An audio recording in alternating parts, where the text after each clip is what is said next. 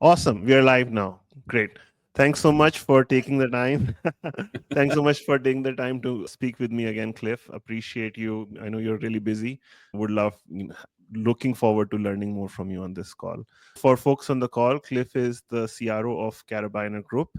And I met Cliff over a dinner Carabiner Group was hosting last year, where I learned a lot more about how the company came to be. I just think it's a very great story for other folks to learn about how a services business grew so fast and how other services business can learn from the same story.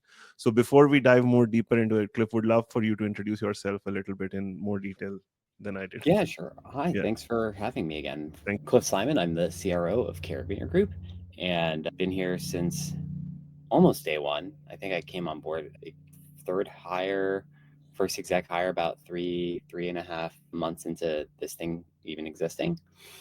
My background's in go to market. I've been in sales or some go to market function in one way, shape, or form for about the last 2 decades. you. Had Awesome. success at early stage companies before. And yeah, I really like solving problems And you've about been the world I'm nominated to a couple of sales leadership awards recently, also HubSpot from HubSpot and Pavilion. So seems That's like always cool when like your peers think well of you. yeah, yeah.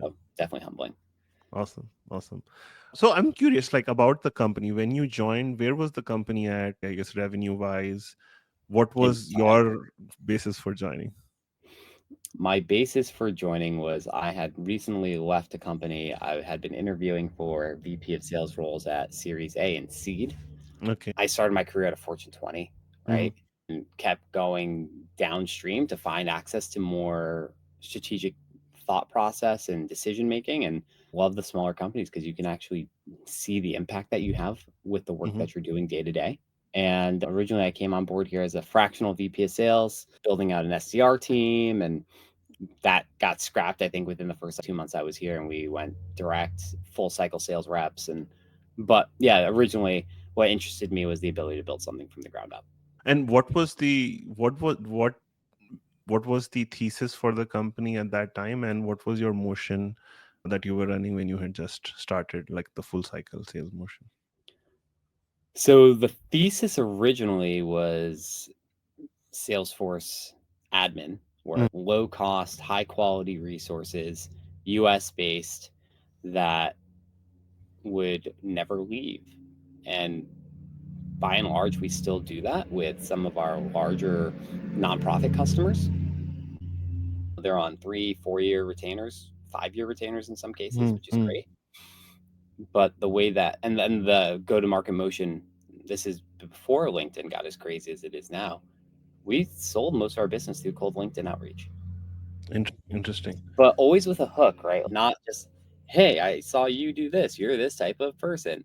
It was, hey, we know this about businesses like yours. We've done this type of transformation work before. Is this something that your business might be interested in looking at and Right. having a conversation about? Yeah. Here's a product that could do that. We don't even own that product. We're not selling that product, but we think that product could be really beneficial for you. And we were landing 6 figure contracts on one call closes Wow. in the financial services space that way. Is really interesting. Yeah. And And times so have changed you're obviously in recommending the last two and other a half years. products at the time. Yeah, that weren't, we didn't sell it, we Yeah. didn't own it, but we knew it could fix a problem. Interesting. And you had a hypothesis that they would have a problem, and you came out directly with the recommendation in the first call. Yeah, and not even on the first call, recommendation like in the cold outbound. Okay. Like, hey, we know this product. This is how it would solve X, Y, and Z problem for you. If you're Okay. interested in talking about that, let's have a conversation. That's a very interesting take. So it's not even yours, and you're still able to make a lot of success with that, with the Yeah, motion. Yeah. really interesting because again, you're leading with value. You're trying to teach somebody something, Yeah. right? And you're not saying I'm selling you this. Like, I think this could be good for you. Yeah. For sure. Very interesting. So d- one call closes. Were you expecting things to happen that fast or that No, quickly? no, it was. I think that was my first full time day was closing that bank, and I was like, okay, this is interesting. And was it just because like people had this, like Salesforce was a big mess that they really needed help, or Partially, I think Mhm. it's also the fact that Seamus comes from a financial services background, Yeah. so he was able to speak the language of the CFO of a bank. I have a fintech background, and between the two of us, I think we were able to understand their pain points, and it's so important to speak your customer's language. And Hmm. then I also had a SaaS background, and I saw what we were doing there and quickly pivoted us to solving similar problems in SaaS because I knew they existed deeply, right? I mean, we all know. So, did you find that SaaS was as easy to close as fintech, or what difference did you find in both segments? Think across the board, by and large, in those early years, almost everything was a 2 to 3 call close. Interesting. Interesting. We were signing customers in the SaaS space for the good 6-figure amounts in 26, 27 days on average. Wow. And what was their pain point that you'd understand for SaaS businesses?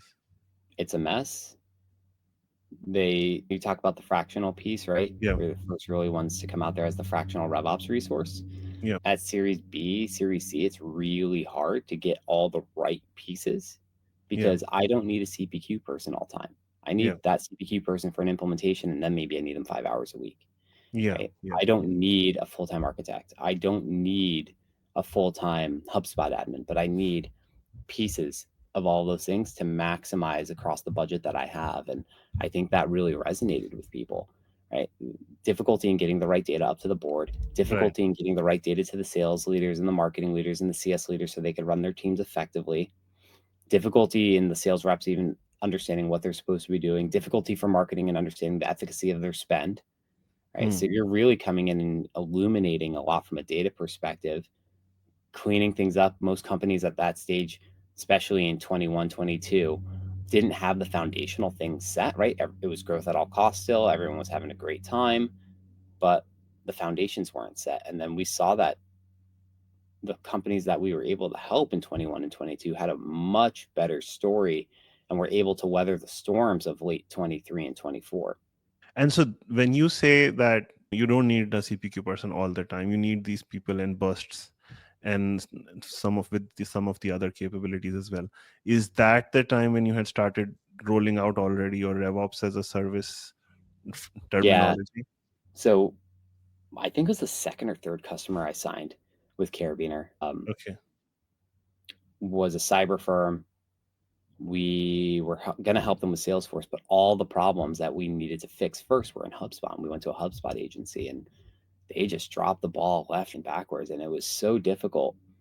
Don't think we made any money on that deal. I think we actually lost some because we paid all of it to that agency to get things done. And at that point, I was like, never again. Like, we have Hmm. to own all of this end to end because we need to make sure that the client experience Yeah. and the output of the product Yeah. always meets the expectation that we've set for our customers. Yeah. Yeah, and that happened to coincide right around the first time that Winning by Design offered revenue growth architecture. So it was just the market was starting to get educated about this thing more and more. We were diving in on it with the right terminology, and we went out and got the trademark on RevOps as a service. I think it was like May or June of 21. So like we were definitely like trying to hold down that portion of the market and build it up. So the RevOps, I remember when we had our dinner, you were mentioning that a lot of your leads just came from you answering questions. Would love to talk about that a little bit. Yeah, What was your initial pipeline growth strategy? being a bootstrapped company, we Yeah. had no revenues to go and spend on SEO, Yeah. paid. So, how do you go about actually driving revenue? For me, in my previous lives, it was always going to the places where your buyers went for their answers. Usually, it was Yeah. trade shows, Hmm. conferences. If your company didn't pay for you to go there, you showed up in the restaurant or the bar and looked for name tags, checked things on LinkedIn ahead of time, and you started having conversations with people, right? You Hmm. get a little gorilla about it. But in the pandemic, a lot of that shifted to online communities, Slack rooms, chat rooms, whatever, right? So we started living in those places. And I had already been in 2020, Clubhouse had that Yeah. Yeah. wild Yeah. I moment, remember. right? There's so many folks that I know are successful today that we spent hours talking to each other in Clubhouse and sharing That's amazing. ideas. And yeah, it was really funny to see how that's worked out. So many of them are just entrepreneurs doing their own thing now. Yeah. And I think of the type of people who were drawn to that community, by and large, have existed in that way, shape, or form, and in the way that they've been able to execute on in the field. There's but to your showing up, asking good questions, or being able to give thoughtful insights to the questions that others Mm-hmm. have, and doing so in a way that's not salesy. Not Makes here to sense. sell you something, right? You've had a And problem that I've had before too. so I'm curious, after like the Gen AI things really started picking up more in 2023 and last year, has that, I'm going to swerve a little bit in my asking of questions, but I'm curious what impact it may have had on your operations, right? Like you sort, when you got acquired around 23, or was it last year? We got acquired a year ago, so it was May of Okay. 24. So was AI part of this acquisition story at all, or, and I guess I'm curious about two things. What was the main driver behind the acquisition, and then the second is, now with AI, is that putting more wind in your sails? I'm just curious about how these two dynamics are playing out. Yeah, those are great questions. What drove the acquisition?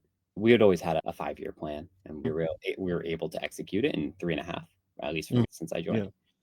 Yeah, And I think a bird in the hand is worth two in the bush. I've seen plenty of folks not be pragmatic about it, grow a company. And actually, there's a bunch of companies out there right now that are household names that I really worry about because agentic AI can replace them overnight.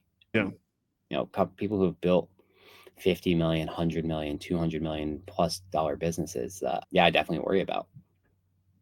The thesis was that us joining SBI would give us the ability to go up market, and it would Hmm. give SBI the ability to offer our types of services to their customer base. Yeah. And I think by and large, commercially, it's been very successful. We want to be able to solve all the problems of the office of the CRO. So I think that's working really well. On the agentic side, AI wasn't part of our acquisition.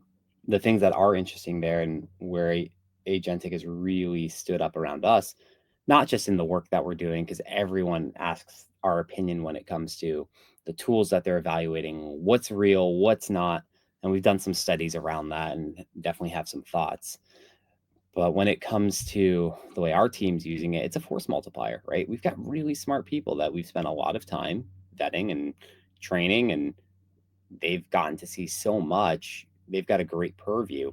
How can we make sure that we're using technology to leverage the most with our team? So, whether it's how we deliver an audit or how we ingest data from a Salesforce instance or Snowflake or whatever else, our ability to look at that very quickly and to be able to come back with actionable insights because Hmm. it's doing the bulk of the heavy lifting makes our Yeah. lives a lot easier. Yeah. Okay. The reason I asked the question is because you moved to a full service DevOps model. And when you initially got these customers, did you hire directly, or were you like, did you get sign contractors on board when you got your first customers? I'm curious what this, Originally, yeah, like how did the operating model evolve, especially from the cost perspective?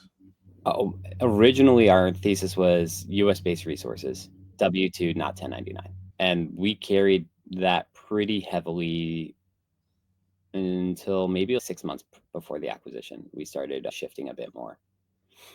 But yeah, by and large, we're heavy on the W-2, heavy US. Makes sense. And so, are you able to point to other companies who may want to execute a strategy like that about how they should think about margins? Because you had a pretty strong growth story. Had you had a different growth story, is that a sustainable thing for other services companies to be W2, having full-time employees? And basically, it's like you're offering so many different services, though these are not necessarily generalists. You may need to hire specialized skill sets as well. So that's why. I think it's way harder to do what we did now. The macro is completely different. The nature of work is different. I think What if has changed? What I'm curious, what has changed now? dollars don't flow as quickly, I can't secure bringing on another 3 or 4 headcount over the course of a month before the contracts are signed. I used to be able to do that no problem because I knew they would come. I can't guarantee that anymore.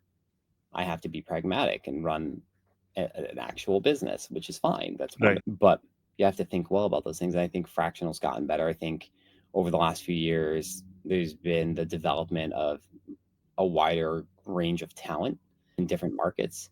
Again, like I said, a lot of education has come out over the last 3 to 4 years, and people have gotten more work experience. So there's just a whole myriad of ways that the talent base has gotten better. And then I think the other challenge is people that you used to want to hire as a W-2, they got a taste of the fractional life and they want to keep collecting that and doing that. So there's a lot of single shingles out there.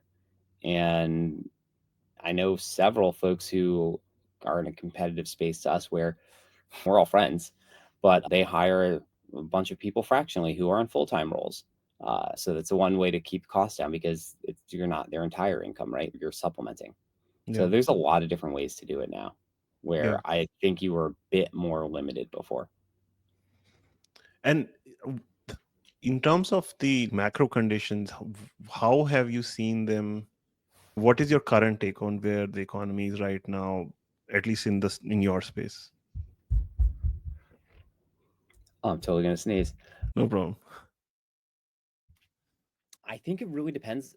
If you're VC backed and you've got a company that's been growing, people seem to be throwing gas on the fire. Look at our friends over at Sweep. They announced a $22.5 million round last week. Mm. Super exciting for them. Clay announced a huge round this year. If you're PE backed and you haven't been doing well, that's a different story. Yeah.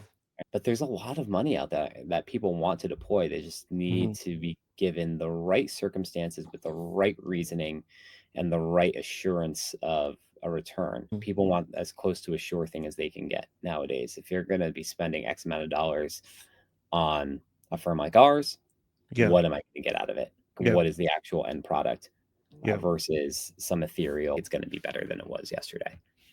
So I want to double down on that a little bit because you were able to sign at least these retainers are really long term, and you just mentioned some of these Yeah. retainers are 3 to 4 to 5 years. How were you able to provide that clarity about the end state initially? Like you were even originally you were signing pretty long retainers.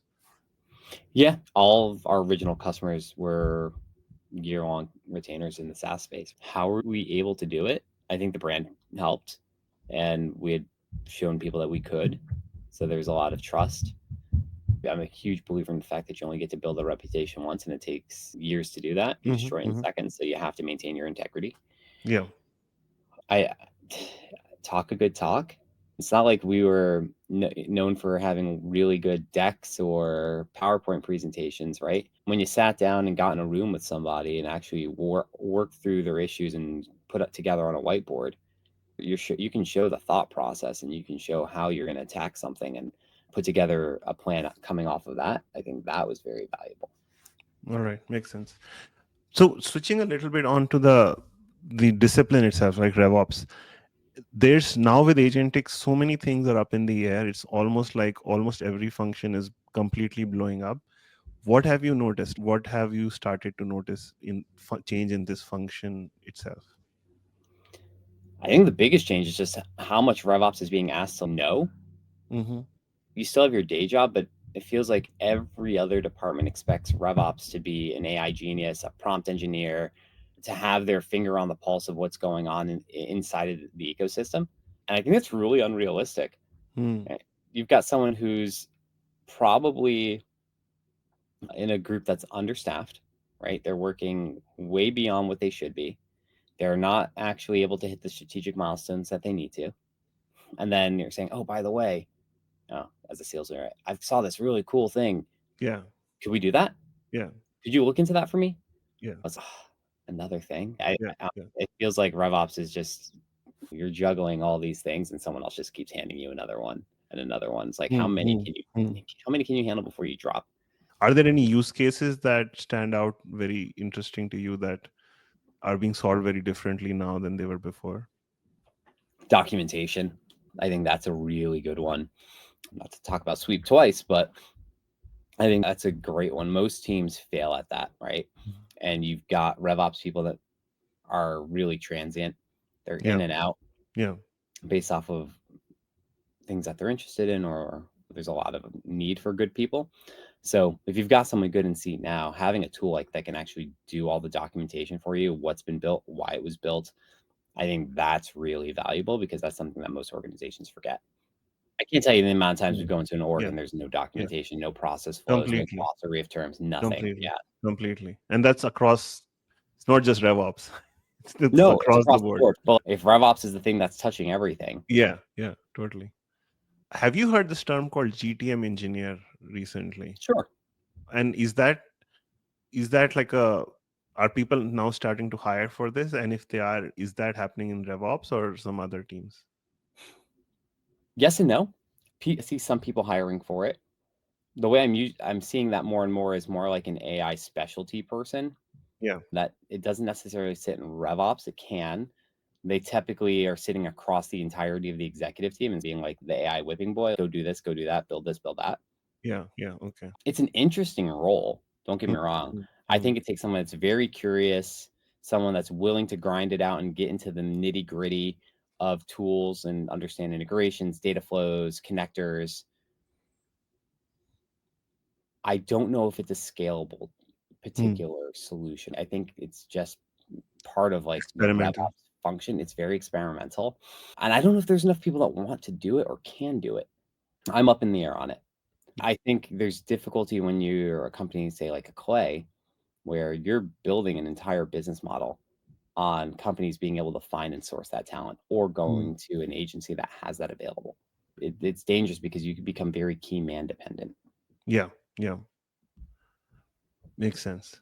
Moving a little bit to, so I guess, a broader question I've been pondering is that you've made this transition to this RevOps as a service model much before even this AI era. Now, I've been thinking whether the AI innovation helps other companies, services companies, consulting companies become more of X as a service. So I'm curious whether what is your general thought? Does this change in the way like software works help services companies? If you were starting again today, would it help even more? And what can other services business, maybe who've been on this time and materials thing for a long time, can they start to now think of doing something like you did and pull off more of a higher revenue multiple, higher operating margin business? I think if you're starting fresh now, Mm. just like in software, right, you have an advantage. You've got that innovator's dilemma. Yeah. You don't have to unlearn bad habits and you can build it in from the ground up, which I think is really vital. It does give you a leg up. If you're a services company, the ecosystem right now, when it comes to acquisition and investment, is hotter than it's been for a long time. A lot of the IBs and folks that I'm talking to are very interested in services businesses. You got to get to a certain scale for it to be interesting.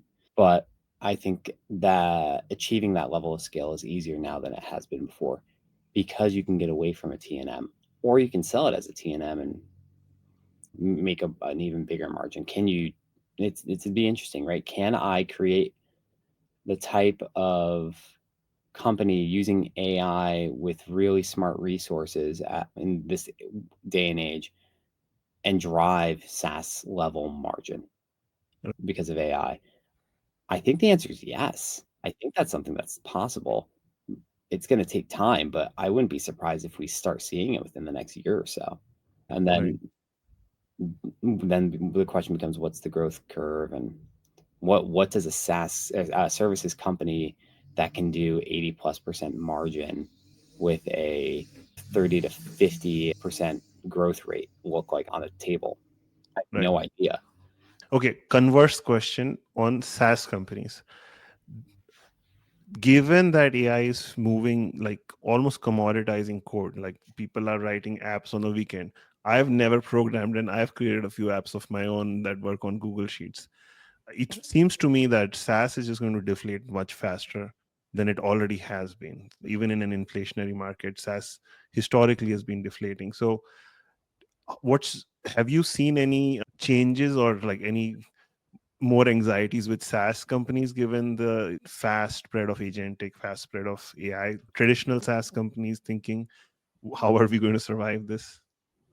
Yeah, everyone's trying to figure out how they respond to it, how they make it a part of their product, how they make it a part of their go-to-market motion. I was talking about this a couple of years ago.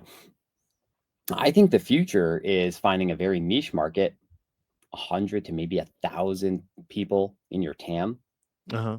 and building a product that is so integral to them doing their job that they never Mm-hmm. leave. And Right. you go and rinse and repeat, and you do that 2, 3, 4, 5, 10 times with a small team of 2 or 3 people. Interesting. So almost like we're becoming plumbers. Yeah. Yeah. Hey, if my kids grow up and want to become electricians or plumbers, fine Yeah. by me. Like that, Yeah. there's They a make a whole lot different of money population nowadays. coming up. Yeah. Shoot, maybe I should go back to building houses. Yeah. Um, but there's definitely opportunity there if you can fix a very discrete problem Yeah. for a customer set. Makes sense. Yeah. This has been, I've been reading a lot of AI pundits and I've been following some Twitter profiles, and this small team mentality is really starting to pick up. Like, hey, let's, now you have the ability to completely serve a small use case that you did not have before. Earlier was more wider use cases, larger companies.